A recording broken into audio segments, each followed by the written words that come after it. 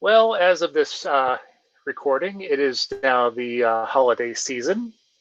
And while I have a couple interviews coming up specifically for suggestions for gifts for young readers, I also found out about BRIC-a-BRAC, and it is a holiday themed comic book, and it was very interesting, and the art really caught my eye. So Ryan Haack is has I'm going to be interviewing. So let me go ahead and just bring him in, and I'll stop yakking. Hey, thank Hey, you how's so it much for going? having me, Chad. Really good. So before we get talking about the book, Mhm. uh, tell me about your history with comic books or comics in general. For sure. So I think I'd always really enjoyed cartoons, and I didn't really dabble with comic books really until I was like 13 or 12 or 13. But I kind of grew up in the time where Batman: The Brave and the Bold was like a show, and I really enjoyed it. And a lot of the great characters in that cast that were very they'd have totally random characters that would show up, which was great, and I just really enjoyed that, and it felt like a true comic book show. Whereas, I mean, Batman the Animated Series does feel like that, but I think that The Brave and the Bold hit on something that really appealed to me. And so, kind of through that, and through some other Batman shows or whatnot, and Spider-Man stuff like the Spectacular Spider-Man, I remember really drawing me in as well. I kind of made the leap and started to read comic books. So then around that time was the switch into the New 52. So then that was kind of good for me to giving people a new, like young readers, a new uh, basically reason to get in to DC because or yeah, DC at least at that time. I think Marvel had an initiative too around that time too that would kind of get new readers in, but they continue to reboot it. It seems like, but with New 52, it was really cool because you had a lot of great, the Batman and the All Star Superman, but with Grant Morrison and I think Rags Morales or something like that, and then just a lot of really good stuff. And I even enjoyed. I know it's kind of controversial, but the Teen Titans with Scott Lobdell I thought was okay. And Brett Booth's artwork was excellent. So those were the books that really got me into kind of comic books. Really, Nightwing by Kyle Higgins and Eddie Barrows. I mean, that artwork was just stunning to me, and I didn't really realize you could have those experiences before. And I was like 14 and getting into high school at that point, so I didn't. Yeah, I mean that's really my origin into getting into them. Was just the New 52 really just gave you a whole new world to kind of get into, and I really enjoyed it. So I know that older readers, it's still a kind of controversial. Not a lot of people like the New 52, but I think that it did serve a purpose, at least in my eyes. And so yeah, Yeah. then from there I continued to read Batman and stuff like that, and especially Batman, Grant Morrison, all like a lot of classic Batman stuff, and got really into that. The DC kind of grabbed me, and I started reading all that kind of stuff, and so that really got me into comic books, I would say. And what made you want to make your own? Yeah, so I mean, there were so many great artists and writers. I think, like I mentioned, Grant Morrison or Scott Snyder or Scott Lobdell or, even who else? The guy who was writing yeah. Oh, Swamp Thing was also Scott Snyder during the New 52. But yeah, just a lot of those guys, I was like, these Yeah. are really powerful books and really important. I think there's really cool stories being told. And I wanted to kind of be a part of that. I knew I couldn't do the artistry side of it, but I really enjoyed the comic book form and the way, especially Scott Snyder was telling that story. And I just wanted to do it. I wanted to do that. And I wanted to be a part of that. And I don't know. I think the desire just came from wanting to tell stories that were kind of compelling and emotional but fun, and taking readers to a place they've never been before. And I still think I align with that, and especially with this particular project, the goal is to really show people a place that they've never been before. I mean, it's familiar with the Christmas characters and the stuff like that, but at the same time it's very different because the good guys in popular mythology, Nutcrackers are the good guys, but now it's flipped. Or Jack Frost is mostly considered a good guy, and now it's flipped, or this sort of thing. So again, it's just showing that that was the appeal of being a writer, and just writers in comic books, was being able to show people new things that they've never seen before. And yeah, I would say that that was kind of the main inspiration for me to be doing comic books. Also, they're easier to make than movies. And they're easier to make than a lot of those things, right? And honestly, you only need about 3 people, or 3 people is probably the minimum, maybe 4 or 5 people tops. But you can really produce something that has an amazing story and can span. I mean, Invincible is a great example of a book that had probably about 5 people, but they wrote it for years and years and years and years, and it's just a great example of a series that just continued to go on with the same amount of people working on it. And so the things you can do in comic books is so vast, and really film will never be able to compare to it, I don't think. Because I think comic books will always be a step above the film in some way, because they can do one thing or pull off one idea that takes film forever to kind of get. Not to say that it's like the most amazing form ever, but I just think that in terms of taking people to places they've never been before, and into fictions they've never seen before, it's a great way to do that.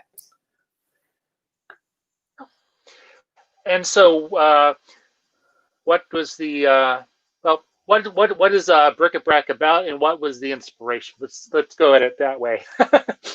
Yeah, for sure.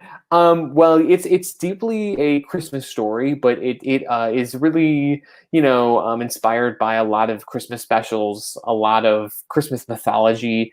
I mean, I've said it before, but the Rankin Bass movies are huge inspiration. Whether it be The Little Drummer Boy, or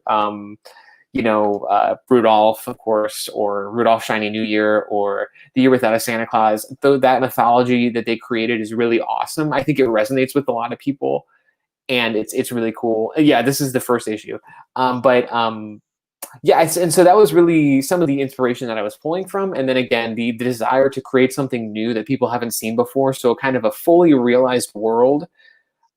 Is what I wanted to make, a Christmas world that's fully realized and has conflict. And so the conflict I thought would be a war.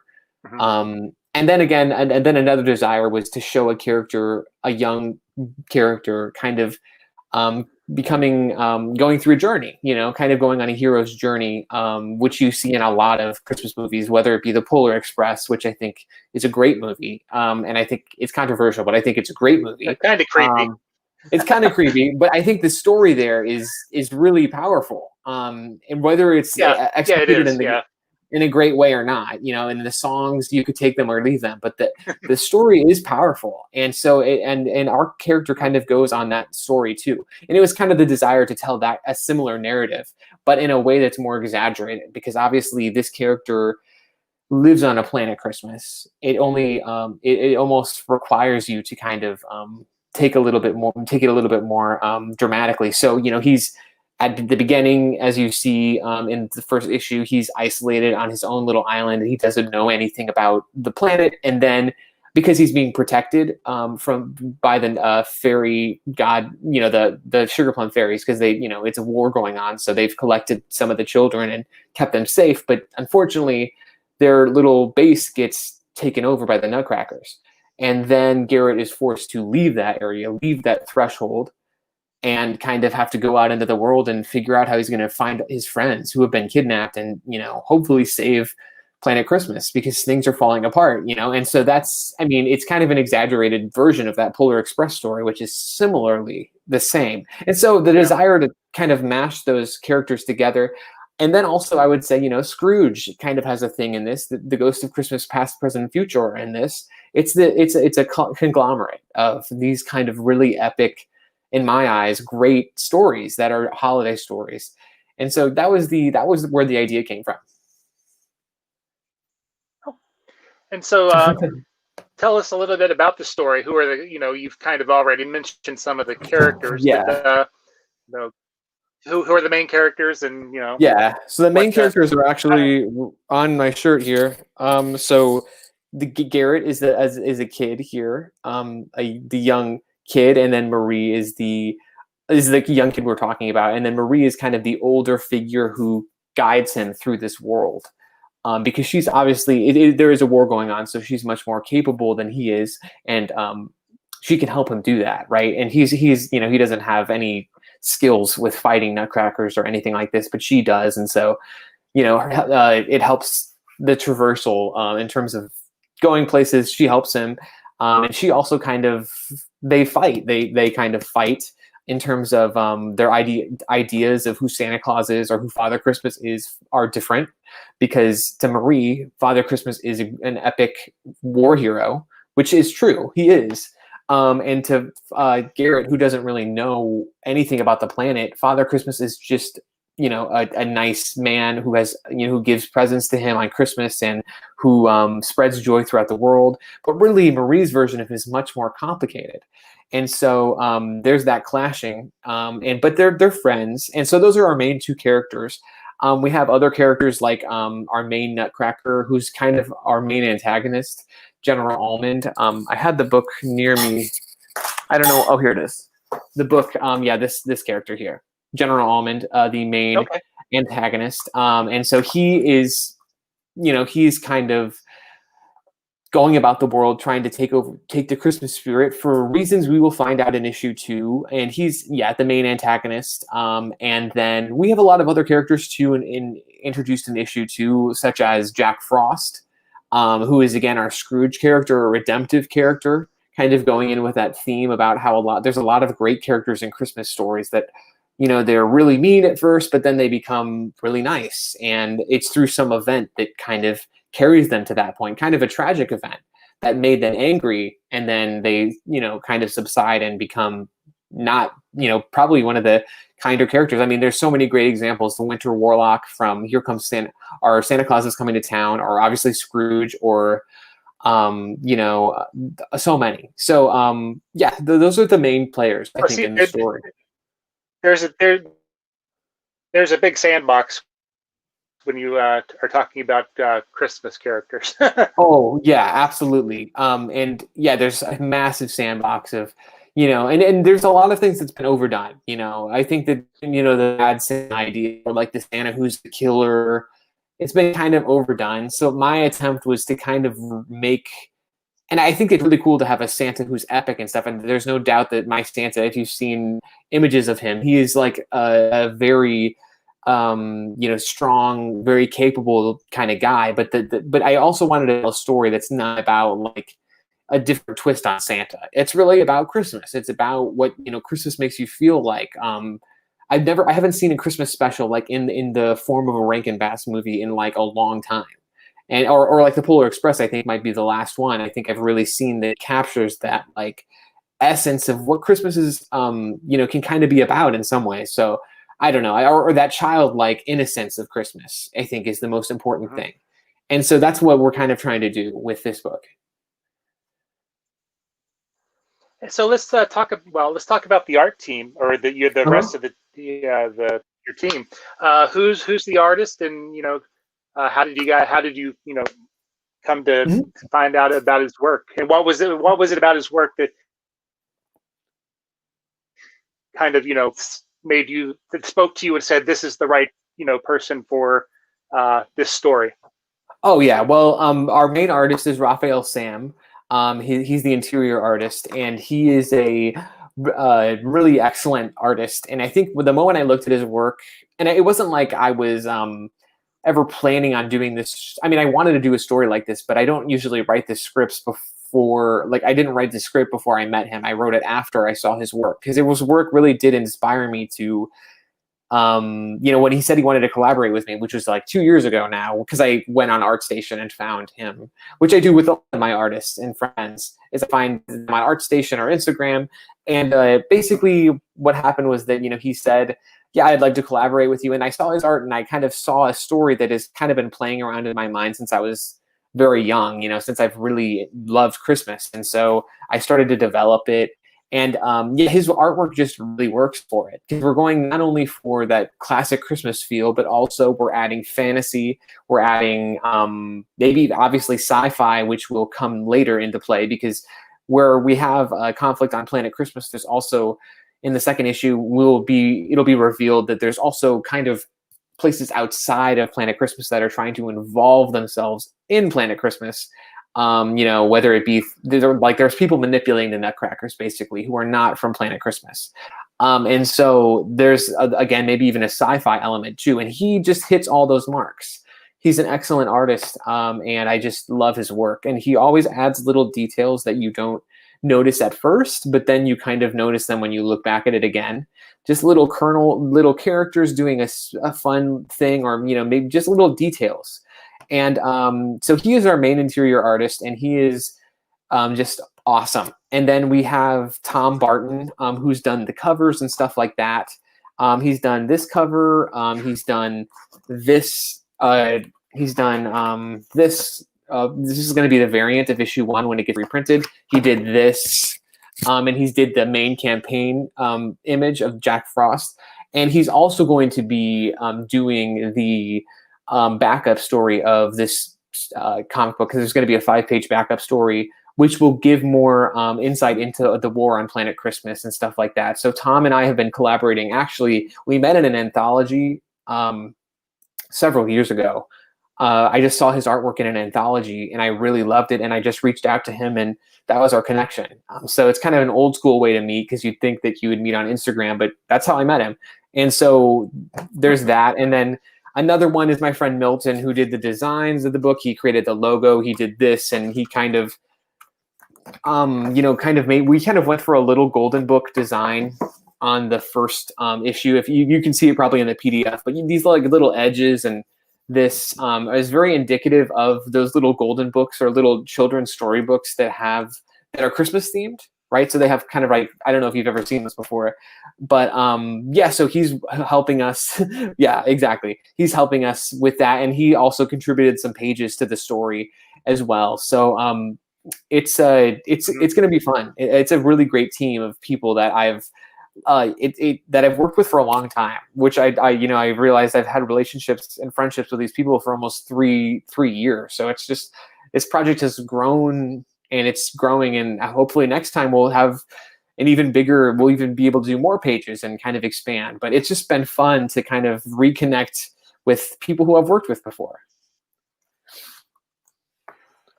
Cool. And now for this project, it's on Indiegogo, right? Yeah, it's on Indiegogo. Mm-hmm. So for people who may not know, could you explain the differences between like Indiegogo and say Kickstarter? Yeah, I think well, they're becoming more and more similar, especially since Kickstarter just introduced the add-on feature. I think they're testing out some campaigns that have add-on tiers and features now, which is something that was only on Indiegogo before. And basically an add-on means if you get a perk, you basically can add on one small little thing. Like let's just say it's an art print or a bookmark or an ornament, let's say for my comic book, you could add another one. You could add that with an add-on. Or if you wanted an issue of one book and you back to a special tier that didn't give that issue or something like that, you can use an add-on to get it. It's just kind of a fun thing that helps both the creator out, and it also, if you want to buy some extra stuff, that's cool. And so Kickstarter does have that now, but I think namely the biggest differences between Kickstarter and Indiegogo is that Indiegogo allows you to extend. It's one of the reasons why people use it, but at the same time, it can be a double-edged sword, because you lose a lot of your momentum if you extend your campaign to 60 days as opposed to 30. I think Kickstarter really has something where that 30 days is special because it incentivizes your success.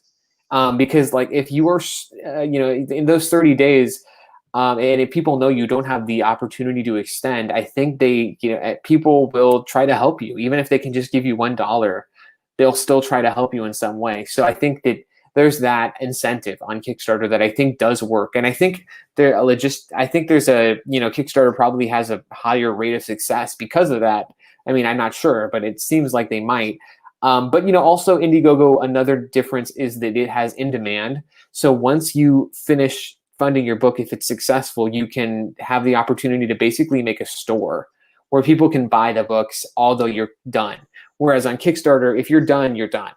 You can't sell anymore. So those are basically the differences. I failed this campaign a couple times. So I was on Kickstarter and tried their version.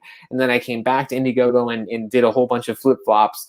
But this is the one I just happen to be on, hopefully, when we're going to succeed. You know, we're at almost 80% with about 10 days out to go. So I do hope that we succeed. But if not, you know, we'll try again next Christmas. Yeah. So is there anything else, you know, that maybe we haven't talked about so far that you wanted to mention about the book, about the, you know, the project, about, you know, anything? Yeah. Is this have you written anything else besides this? So yeah, I have done other stuff. So I have a comic book anthology that I work on a lot, and we do stories for it called The Unspeakable Text, and it's a horror suspense sort of. They're basically high concept, really short stories. That's kind of, and I've written all of them. So I write all of them. That's kind of the thread of all the stories. Is I've written all of them, but I collaborate with different artists on them, and we have about 25 stories. Or 20 something like that, 25 stories out right now on our website that, you know, within the last year or so we've created. And yeah, so that's one thing that I'm working on, and hopefully in March we will launch that book to fund on our Kickstarter, because that's where we succeeded with the first volume. And so that's something to look out for. But yeah, and I'll link that to you if you want to share that with people. So that's really fun. But other than that, there are no other real comic book projects I do. I do, you know, podcasts, and I do writing prose and stuff like that. And I do films and stuff like that. But comic books, in terms of comic books, those are really the only two projects I have. And I've been doing those for about 2 years now, working on this and then working on the webcomic. But other than that, just one thing more about the story. It's an all. I don't think I mentioned it is an all ages book. It's an all ages, and it's kind of like a Pixar movie. If you know, it has a lot of themes that, you know, I think are not all children themes. I mentioned, you know, I think the characters have a lot of depth, especially in issue 2. The characters kind of go through some challenges, some things they have to face that are, you know, it's not just a kid's story. I think it can appeal to all people. And especially a lot of the characters are really fun. And as I mentioned, some of them are kind of archetypes of classic Christmas characters, but switched a little bit.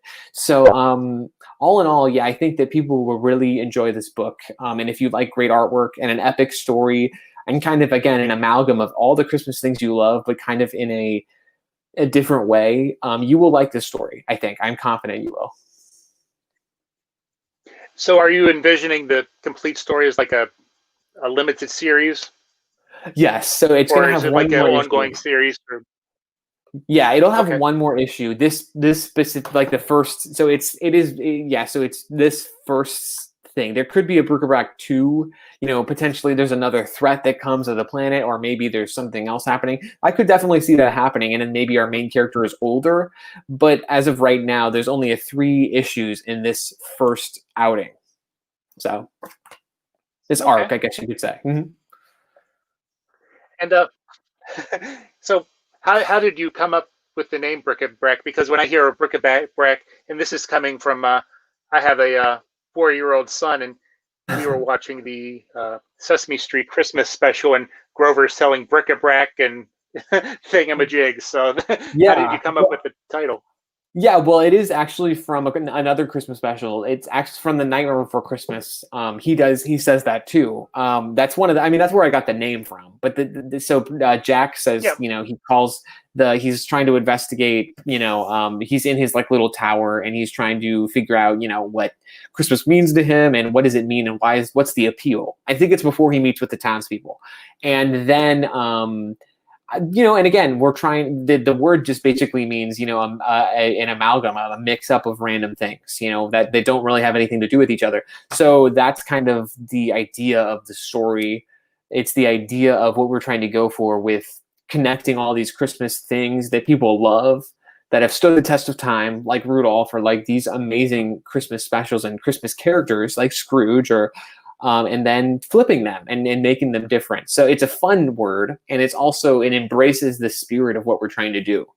So that, I think that's the easiest way I can explain it. It doesn't. If I called it Santa Claus Adventures or something like that, I don't think it would really fit.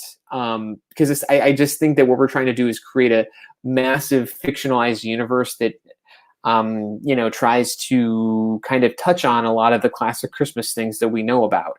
So I think the title works. I like the title. I hope people do too. I don't think it's changing. Catchy.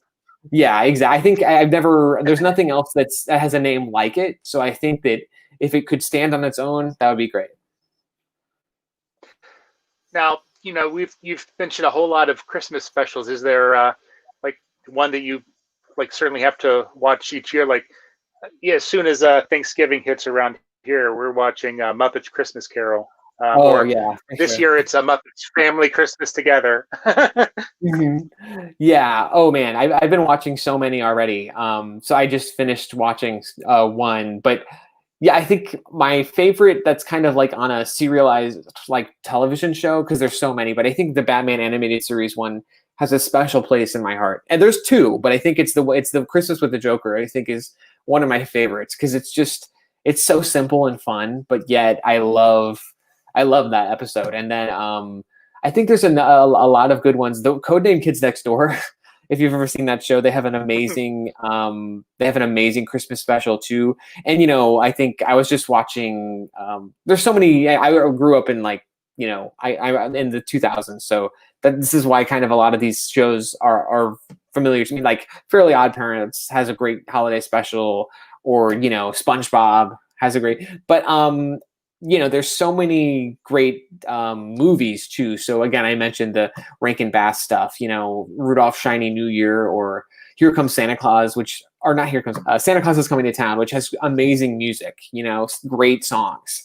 Like some of those Christmas specials just have great songs, like Rudolph, where There's Always Tomorrow, or just amazing songs. I think those make a great Christmas special too, is the music. And so, those are my favorites, I would have to say. And so now this is the most pivotal, and I just came up with this question. Okay. Gremlins and Die Hard, Christmas movies? Sorry, can you say that again? I said, all right, are these Christmas movies, Gremlins and Die Hard? I think it's tough, because then there was another movie I was watching that I was like, this could definitely be a Christmas movie. But because it just happened to be on, The Godfather could potentially be on Christmas. It could be considered a movie if we're following the rule of the Die Hard, because there's like a 30-minute period where it happened during Christmas. And so then here's the thing too: White Christmas, only about 20 minutes of that movie takes place on Christmas. 20 minutes of that movie, but yet it's like one of the most famous Christmas movies. So what's the deal? Like, what are the real requirements? Like, I think someone needs to break down for me what the real requirements of a Christmas movie are. Does it have to be all the way throughout? Because again, I think the White Christmas is not a Christmas movie. I mean, it's really not. I mean, it just happens to happen. It just happens to revolve around. It happens within a year, right? I think that's the whole thing. It's like it's a whole year that he's living at that inn or something like that, Bing Crosby or whatever. And so they I don't know, but White Christmas, I don't think it is one. But I think, if we're following that tier, though, that White Christmas is, then I definitely think Die Hard and Gremlins could be. Because if you only have to have like 10 minutes of Christmas in your movie, then yeah, I think they are. I mean, but that's all I have to say about that. Yeah. I've gotten to this argument before about Gremlins, my argument is the one girl doesn't like Christmas because her father got stuck in the chimney playing Santa Claus. And he died. Exactly. Yeah. I mean, why not? Why not have it be a Christmas movie? Why not? I mean, but I think there are some, like what I was saying about this book, though, I think is like we're trying to hit on some things I haven't seen in Christmas movies for a long time. Like some themes about like I love Rise of the Guardians, but it's not a Christmas movie. And I think it's a great movie, but I don't think it's a Christmas movie. Or I like Arthur Christmas, and I think actually that is a good movie. That's recent and it has some great Christmas themes. But just like I think the kind of innocence and the fun that we're kind of going for, I haven't seen it for a long time. So but I don't know. I think that movies that are 100% all the way through Christmas, I think those are Christmas movies. You know, they have to be at least an Yeah. hour of Christmas stuff happening. Yeah, I think that is All right. my qualification. Sorry, that was just a random thought that I thought I'd pop in since the book was about Christmas and Oh yeah, it's a good though. It's a topic that all right. people So often discuss. Another one. Lethal Weapon is actually a Christmas movie then, if we're following that tier. Because Lethal Weapon, it starts on, isn't it? It is. It would be. I remember watching it. I was think like, wait, so. Yeah. half of this movie happens during Christmas. So I don't know. Anyway. So would you like to kind of give a wrap up of what the book's about, where people can find it, where they can go to support you and find you on social media? Yeah, so again, it's BRICaBRAC number 2 on Indiegogo. We are live until December 10th. And so on December 10th, we will be, if we succeed, hopefully we do, then we'll get it. If we don't, well, we'll try again. But you can get both issue 1 and 2, physical and digital, and you can get a bookmark and an art print for $24, all of that. So about 60 pages of content plus digital versions of it and a bookmark that's a great deal. So if you haven't, that's the catch up tier, where if you want to figure out what happens in 1, you can get all of that. And there's a lot of other cool tiers. You can create characters in the background, or you can donate to the Boys and Girls Club. Several books, kind of going with the Christmas theme. We wanted to give people the opportunity to kind of like pay it forward, or give a gift to someone who, a kid or something like that. And then, there's a lot of cool tiers on there. And so that's the Indiegogo page. And like I said, again, December 10th. And other than that, you can find me on Instagram at Ryan Haack _98. And that's really where you'll find a lot of my stuff on my link tree and stuff like that. And the webcomic that we were talking about is up there too. So yeah, that's pretty much where you can find me. And again, the book is like all ages story, really fun, and all about Christmas. It's all about those great stories you heard as a child, but kind of in a whole world, in a whole fully realized world. And it's just really fun. It's a fun story. It's a meaningful story to me. I think it's a meaningful story for someone who loves Christmas and who, has, grown up, and, you kind of think about Christmas differently when you're an adult. And so reflecting back, it's really fun. And so it's a great story. If I think it's the intent of the story is for you to be able to read it to your kids, on Christmas Eve, but also enjoy it yourself, and so that's pretty much what I would say the story is about. Oh, very cool. And I want to thank you for taking the time to, come on and talk about it. Wish you the best of luck. And, you're welcome back anytime. If you have any other projects, or, just want to come back and debate Christmas, whether things are a Christmas movie or not, we can do that. Absolutely. That was fun, because I was like, I totally forgot. Yeah. And I will definitely, put all the links in the show notes down below, and I will let you know when it goes out. Awesome. Thank you. All right. Thank you. And stay safe, stay healthy, and have a happy holiday. Merry Christmas, whatever you want to. Exactly. All right. Bye. Bye. All right.